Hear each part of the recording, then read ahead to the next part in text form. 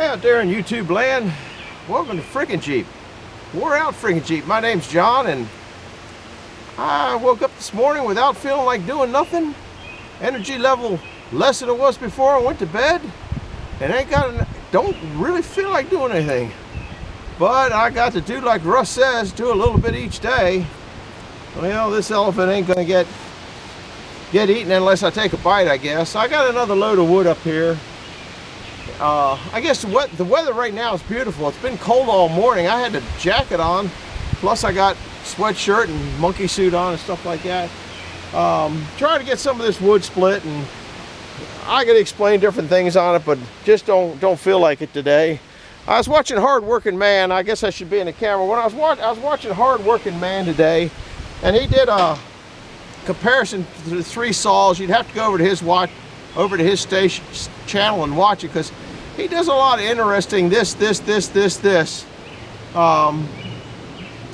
it doesn't, nothing against him, but I'm wondering on cutting wood.